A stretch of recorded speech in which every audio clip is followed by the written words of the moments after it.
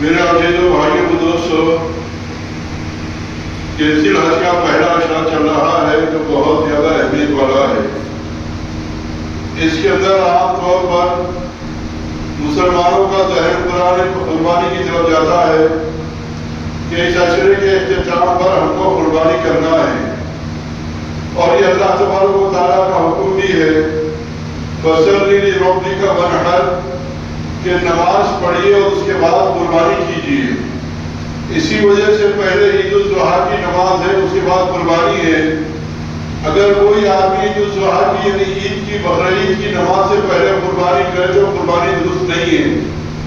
پہلے نماز ہے اور اس کے بعد میں قربانی ہے، کہ ذی الحج کی نماز یعنی بقرعید کی نماز پڑھے اور اس کے بعد میں قربانی کرے، اور شہر میں کہیں بھی اگر یہ عید کی نماز ہو گئی تو اس کے بعد قربانی کر سکتا ہے۔ تو وہ دو چیزیں ہیں، نماز اور قربانی۔ اکثر اللہ نے قرآن پاک میں نماز اور زکوٰۃ کا تذکرہ فرمایا، لیکن یہاں پر نماز اور قربانی کا تذکرہ فرمایا۔ نماز یہ جسمانی عبادت ہے اور قربانی یہ مالی عبادت ہے۔ نماز جو فرما دیا تو ساری جسمانی عبادتیں اس کے اندر آ گئی، اور قربانی جب فرما دیا تو اس میں ساری مالی عبادتیں آ گئی۔ تو نماز پڑھنا ہے اور اس کے بعد میں قربانی دینا ہے، لیکن قربانی کون دے اور قربانی سے اللہ کا قرب کیسے حاصل ہوتا ہے؟ یہ قربانی کا جو لفظ ہے یہ قرب سے، قرب یعنی نزدیکی، اللہ کے قرب کے حاصل کرنے کے لیے قربانی دی جائے۔ قرآن پاک کے اندر 3 الفاظ استعمال ہوئے ہیں، ایک تو قربانی اور یہ فَصَلِّ لِرَبِّكَ وَانْحَرْ۔ اگر ہاتھ سے پڑھے تو وانحر یعنی اونٹ کی قربانی، ہاتھ سے اگر پڑھے تو یہ ندی نالے کے معنی میں آ جاتا ہے، اس لیے تجوید کا سیکھنا بھی بہت ضروری ہے۔ وانحر یعنی اونٹ کی قربانی، اور ایک آیا قُلْ إِنَّ صَلَاتِي وَنُسُكِي، نسک کی بھی قربانی، لفظ سے نون سین کا، تو نسک کی بھی قربانی، وانحر بھی قربانی اور قربان کی قربانی۔ یہ 3 الفاظ اللہ تبارک و تعالیٰ نے قربانی کے لیے استعمال فرمایا ہے قرآن پاک کے اندر۔ تو قربانی اللہ کی رضا کا ذریعہ، اللہ کے قرب کے حاصل کرنے کا ذریعہ، اور قربانی اللہ کے قرب کے حاصل کرنے کا ذریعہ کب بنتی ہے؟ کیا ہر قربانی کرنے والا قربانی کرے گا تو خدا کا قرب حاصل کرے گا؟ ہر قربانی والے کی کیا قربانی قبول ہو جائے گی؟ یا اس کے لیے ہم کو کچھ متفکر ہونا ضروری ہے کہ خدا پاک ہماری قربانی کو قبول فرما لے؟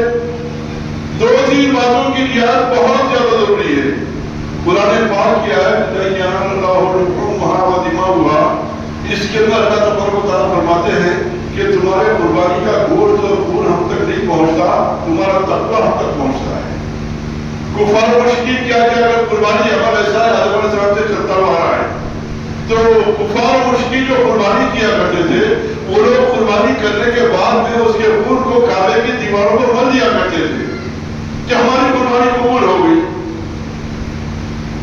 اس میں خدا کی رضا اور خدا کا حکم سمجھا کرتے تھے، اس لیے اللہ نے قرآن پاک کی آیت فرما دی کہ تمہاری قربانیوں کا گوشت اور خون ہم تک نہیں پہنچتا، بلکہ تمہاری نیت اور دل کے دل تقویٰ ہوتا ہے، یہ پہنچتا ہے۔ تو قربانی کو کرنے والے کے لیے ضروری ہے کہ متقی ہو، تقویٰ ہو، اللہ کی رضا کے لیے، اور یہ جذبہ اندر کا نہیں ہے۔ گوشت مل جائے گا، کھانے تقسیم ہو جائے گا، دعوت ہو جائے گی، خدا کا حکم، خدا کی رضا حاصل نہیں ہو سکتی۔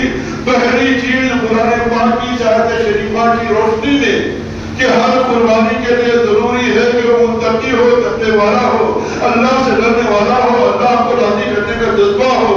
اس کے علاوہ کوئی اور جذبہ ہوگا تو پھر یہ قابل قبول نہیں ہوگی۔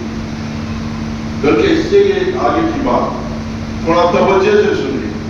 حدیث پاک میں آتا ہے کہ شرک کی 2 قسمیں ہیں، شرک کی 2 قسمیں، شرک اکبر، شرک اصغر، یعنی بڑا اور چھوٹا، آسان زبان میں۔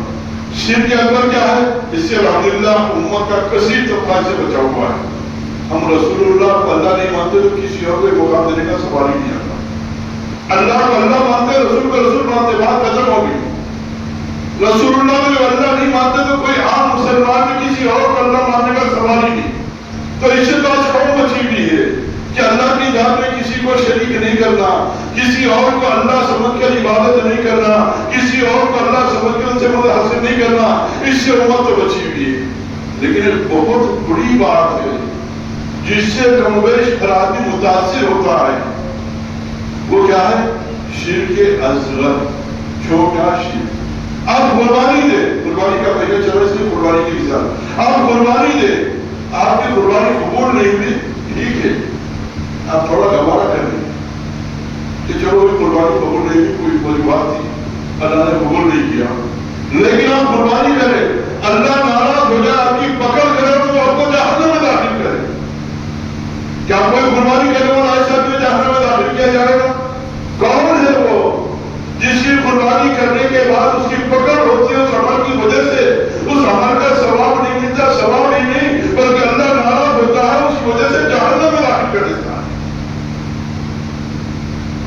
یہ کیا ہے؟ شرک اصغر۔ شرک اصغر کیا ہے؟ فرمایا ریاکاری، دکھاوا، نمود۔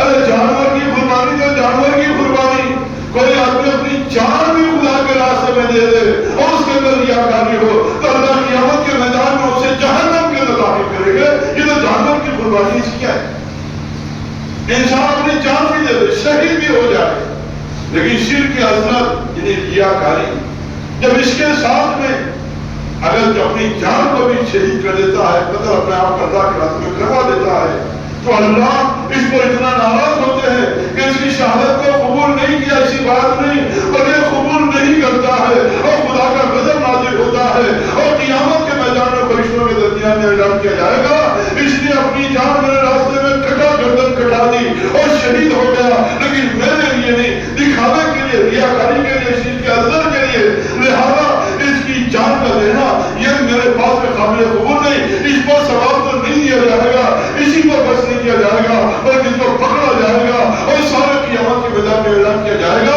جہنم میں داخل کر دیا جائے گا۔ کون؟ جس نے جانور کو قربان کیا نہیں، اپنے آپ کو اللہ کے راستے میں قربان کیا، شہید کر پایا۔ شرک اصغر کہ کوئی عمل آدمی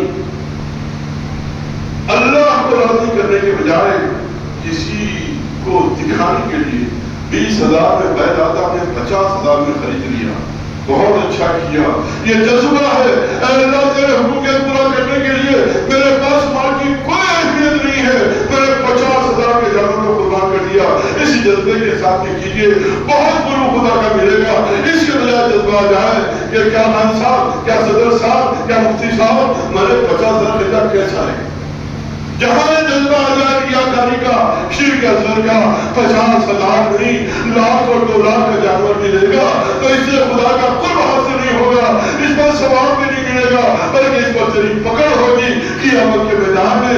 شرک اصغر کرنے والا جس نے اپنی جان دیا تھا اس کو اللہ جہنم میں ڈالے گا۔ ڈر اس بات کا ہے ان نیتوں کے ساتھ میں قربانی کرنے والے خدا کے عذاب کے حوالے نہ ہو جائیں۔ روح المانی کے علامہ آلوسی رحمۃ اللہ علیہ ربنا تقبل منا انک انت السمیع العلیم، اس کی تفسیر میں ایک عجیب بات ہے۔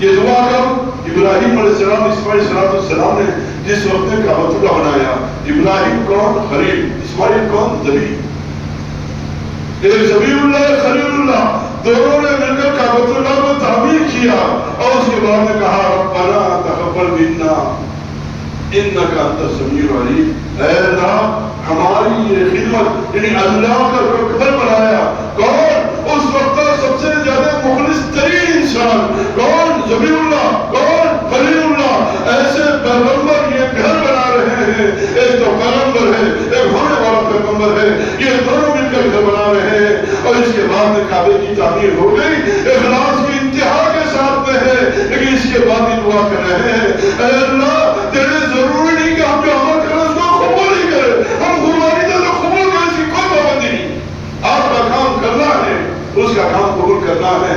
جہاں رکاوٹیں آ جائیں گی، جہاں موانعات آ جائیں گے، جہاں دکھاوا آ جائے گا، نیت میں فضول آئے گا اور کئی چیزیں آ جائیں گی، تو یہ قربانی اللہ قبول کرے، اللہ پابند نہیں ہے۔ علامہ آلوسی رحمۃ اللہ علیہ نے روح المانی کے اندر لکھا ہے کہ ابراہیم علیہ السلام سے زیادہ قرب خداوندی والا اس وقت کوئی نہیں جس کو اللہ نے اپنا خلیل بنایا ہے۔ اسماعیل ذبیح اللہ ہے، کاٹ دی گئی تھی اور اپنے آپ کا حوالہ کر دیا تھا. اس کے بعد کعبۃ اللہ کے بنانے کا حکم دیا گیا, کعبۃ اللہ بنایا تو اس کے بعد میں دعا کر رہے ہو بنا قبر کی اے اللہ ہم نے خدمت کی ہے, اس کو تو قبول فرما لے. علامہ عروسی رحمۃ اللہ علیہ رحمانی کے لوگ فرماتے ہیں یہ اس بات کی طرف اشارہ ہے کہ تم کتنے ہی دیندار کتنے ہی اللہ والے کیوں نہ بن جاؤ, خلیل جیسا کوئی نہیں ہو سکتا, نبی جیسا بعد میں کوئی اور نہیں ہو سکتا, کعبۃ اللہ جیسی خدمت کوئی اور نہیں ہو سکتی, لیکن اس کے بعد بھی انسانیت کو بتا دیا کہ اتنا بڑا کام ہونے کے بعد اللہ پر ضروری کہ اللہ قبول ہی کرے. تمہارے دل میں یہ ہے کہ عمل کے بڑے سے بڑے عمل کے بعد اللہ سے دعا کرنا ہے اللہ میری اس قربانی کو قبول کرنا, جذبہ تو تقوی والا ہو اور اس کے بعد یہ دعا ہو کہ اللہ میری قربانی کو قبول کرنا.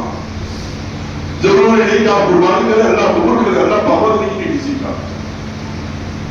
بندے کے اندر صفات و کمالات پیدا ہوتے ہیں تو اللہ تبارک و تعالیٰ اپنے خود سے نوازتا ہے. اس لیے قربانی کرنا فصل لبی ربی کا بنہر کہ نماز پڑھو اور قربانی دو, اور قربانی کر کے خدا کے عذاب کے حوالے ہونے والا کون ہے جو اپنی جان کی بازی لگا دے اور اللہ کے راستے میں جہاد میں اپنی گردن ہی کٹا دے, لیکن وہاں شیر کے اثر آ جائے, ریاکاری کا جذبہ آ جائے تو اپنی جان کا دینے والا ایسا شخص بھی خدا کے پاس مقبول ضریر ہے کہ قیامت کے میدان میں سے جہنم میں داخل کر دیا جائے گا. کیا خیال ہے اس آدمی کے بارے میں, اس قربانی کے دینے والے کے بارے میں جو قربانی کرے اور اس کے اندر اخلاص ہونے کے بجائے, تقویٰ ہونے کے بجائے, رضایت ہونے کے بجائے اگر یہ کیفیت پیدا ہو جائے, شرک اصغر پیدا ہو جائے, ریاکاری پیدا ہو جائے تو خدشہ اس بات کا ہے اس قربانی کے ذریعے سے خدا کا قرب حاصل ہونے کے بجائے خدا کا غضب متوجہ نہ ہو جائے. اور قیامت کے میدان میں تو نے اس لیے 50,000 کا بیع دیا تھا,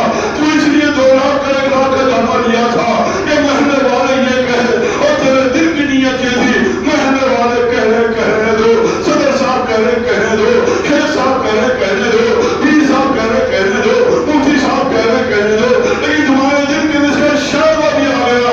اللہ علیہ رحمۃ اللہ علیہ فرماتے ہیں ابراہیم علیہ السلام اسماعیل السلام نے دعا کر کے بتا دیا کہ اگر ایسا کوئی بدجذبہ آ جائے جب اپنی جان کی قربانی دینے والا بھی خدا کے پاس مقبول قرار دیتا ہے, قرار پاتا ہے, اس لیے قربانی کے اندر یہ کیفیات آ جائے تو قرب کے حاصل کرنے کے بجائے دوری پیدا نہ ہو جائے. اس لیے بہت زیادہ ضروری ہے کہ قربانی سے پہلے اپنے دل کو پاک اور صاف کرے, اور قربانی کے اندر ہر موقع پر صرف اللہ کی رضا ہو. اللہ کے پاس میں تمہارے قربانیوں کا گوشت اور خون نہیں پہنچتا بلکہ دل کی کیفیات اندر جو تقویٰ ہوتا ہے یہ پہنچتا ہے. اس لیے اس پر بہت زیادہ دھیان دینے کی ضرورت ہے. امام حسن بصری رحمۃ اللہ علیہ جو بہت بڑے تابعی ہیں, 500 صحابہ کرام سے کی ملاقات بھی کم و بیش, حضور کے بعد کوئی حضور نہیں, نبی کے بعد حضور صلی اللہ علیہ وسلم کا کوئی نبی نہیں, کوئی رسول نہیں, ایسے ہی صحابہ کے بعد کوئی صحابی نہیں, صحابہ کے بعد کوئی صحابی نہیں, تابعی کے بعد اب کوئی تابعی نہیں, ختم ہو گیا یہ سلسلہ ختم, کوئی تابعی نہیں بنے. امام حسن بصری وہ ہیں جو تابعی ہیں جنہوں نے 500 صحابہ کرام سے کم و بیش ملاقات کی ہے, اور حضرت علی رضی اللہ عنہ کے قریب خاص شاگرد ہیں امام حسن بصری رحمۃ اللہ علیہ. اور ان کی والدہ امہات المومنین ام سلمہ رضی اللہ عنہ کا کام کیا کرتی تھی. انہیں حضور صلی اللہ علیہ وسلم کی زوجہ مبارکہ امہات المومنین ہماری ماں ہے ام سلمہ. اور یہ ام سلمہ وہ ہے جن کو اللہ نے بہت بڑی عمر دی تھی, میدان کربلا کے بعد جب حیات سے اسی بعد آپ کا انتقال ہوا. ام سلمہ کے گھر میں امام حسن بصری رحمۃ اللہ علیہ کی ماں کام کیا کرتی تھی. تو ایک مرتبہ ام سلمہ نے امام حسن بصری رحمۃ اللہ علیہ کو دودھ پلایا. اس اعتبار سے حضور اکرم صلی اللہ علیہ وسلم کے رضائی بیٹے انہوں نے دودھ پلایا امام حسن بصری رحمۃ اللہ علیہ کو. وہ فرماتے ہیں انا اعطیناک الکوثر فصلی لربک وانحر. اللہ تبارک و تعالیٰ نے اس وقت میں بقرعید کی نماز, عید کی نماز پڑھتے ہیں وہ اور قربانی, پہلے نماز اور قربانی, اور فرمایا کہ 2 چیزیں صرف 2 نہیں ہیں بلکہ قربانی یہ ساری مالی عبادت ہے. اب مان کے لباس سے صدقہ خیرات مدد کرنا چاہتی ہیں یہ وہ ساری چیزیں آ گئی. اور جان عبادت نماز کے اندر ساری جتنی کیا عبادت ہے وہ سب آ گئی. تو گویا دو چیزوں کا اللہ نے اس میں حکم دیا ہے. اس لیے فصل ربی کا وطن یہ پوری زندگی کے اندر پر محیط ہے. اس لیے نیا کے اندر خاص طور پر اس بات کا اہتمام کریں. قربانی کا جانور کیسے ہو؟ مفتی صاحب میرے جانور کا کھان کٹا ہے، ہوتی کی نہیں قربانی؟ پیر لگڑا ہے، ہوتی کی نہیں قربانی؟ یہ تو ہم سب پوچھ لیتے ہیں، لیکن قربانی کے لینے سے پہلے اپنے دل سے بھی پوچھو تیری زبان کٹی تو نہیں ہے، تیری آنکھ گندی تو نہیں ہے، تیرا پیر لگڑا تو نہیں ہے. روحانی اعتبار سے، جسمانی اعتبار سے بہت اچھی بات ہے، روحانی اعتبار سے یہ بات تو نہیں ہے. حضور اکرم صلی اللہ علیہ وسلم برابر عاصم رضی اللہ تعالیٰ بڑی اچھی بات. حضور صلی اللہ علیہ وسلم کو قربانی کے بارے میں فرمایا اور ایسا ہوتا ہے کہ چار قسم کی کوئی آیت پیدا ہو جائے تو جانور کی قربان کی آیت نہیں. ایک فرمایا اندھا کانا جسے کہتے ہیں، دوسرے لنگڑا، تیسرے ایسا بیمار کی بیماری ظاہر ہو جائے، چوتھے ایسا جس میں سب بودا ہی نہ بڑھے ہو. برابر عاصم سے فرماتے ہیں کہ میں ایک بار مسجد نبی کے بیٹھا ہوا تھا، حضور اکرم صلی اللہ علیہ وسلم فرمایا کہ چار چیزیں میں جانور میں پیدا ہو جائے قربانی جائز نہیں. میں تو اس حال نہیں ہوں کہ اس طرح چار کیسے ہوں، کیونکہ وہ تو حضور صلی اللہ علیہ وسلم کا ہاتھ تھا، یہ ادب کا مقام و مرتبہ. وہ حضور صلی اللہ علیہ وسلم کی انگلی سے انگلیاں تھی، انگلی مبارک تھی، حضور صلی اللہ علیہ وسلم کا ہاتھ تھا. میں ایسا اشارہ تو نہیں کر سکتا، لیکن حضور نے یہ بات فرمائی کو کہہ دوں گا. اور یہ چار باتیں عرض کی کہ چار قسم کے جانوروں کے جائز پیدا ہو تو قربانی جائے. تو جانوروں کے جہاں ویو دیکھیں تو ابھی اپنے آپ پر سمجھے تھے اس کی اصلاح کے لیے یہ عشر ذی الحجہ بہت زیادہ اہم والا ہے. اس کی ہر رات شب قدر کے برابر ہے، اس کے دن کا ہر روزہ ایک ساتھ روزے کے برابر ہے. اور ان دنوں کے اندر اللہ اکبر لا الہ الا اللہ واللہ اکبر اللہ اکبر وللہ الحمد کثرت سے پڑھنے کی احادیث میں ترغیب آئی ہے. اس لیے اٹھتے بیٹھتے چلتے یہ ایام تشریق کے اندر 9 دن سے تکبیر نماز کا شروع ہو جائے گی، لیکن عام طور پر بھی چلتے پھرتے اٹھتے بیٹھتے ان تکبیر کو، تسبیحات کو، سبحان اللہ الحمد للہ ولا الہ الا اللہ واللہ اکبر، ان تمام چیزوں کی پابندی کریں. انشاءاللہ اس سے قلب صاف ہوگا، تقویٰ پیدا ہوگا. اس حال بنے گے کہ قربانی کرنے کے بجائے شرک قربانی کرنے کے بعد شرک اصغر کی وجہ سے جہنم میں جانے کے بجائے خدا کا قرب انشاءاللہ ملے گا. اللہ ان باتوں کو سمجھنے کے عمل کرنے کی توفیق نصیب فرمائے.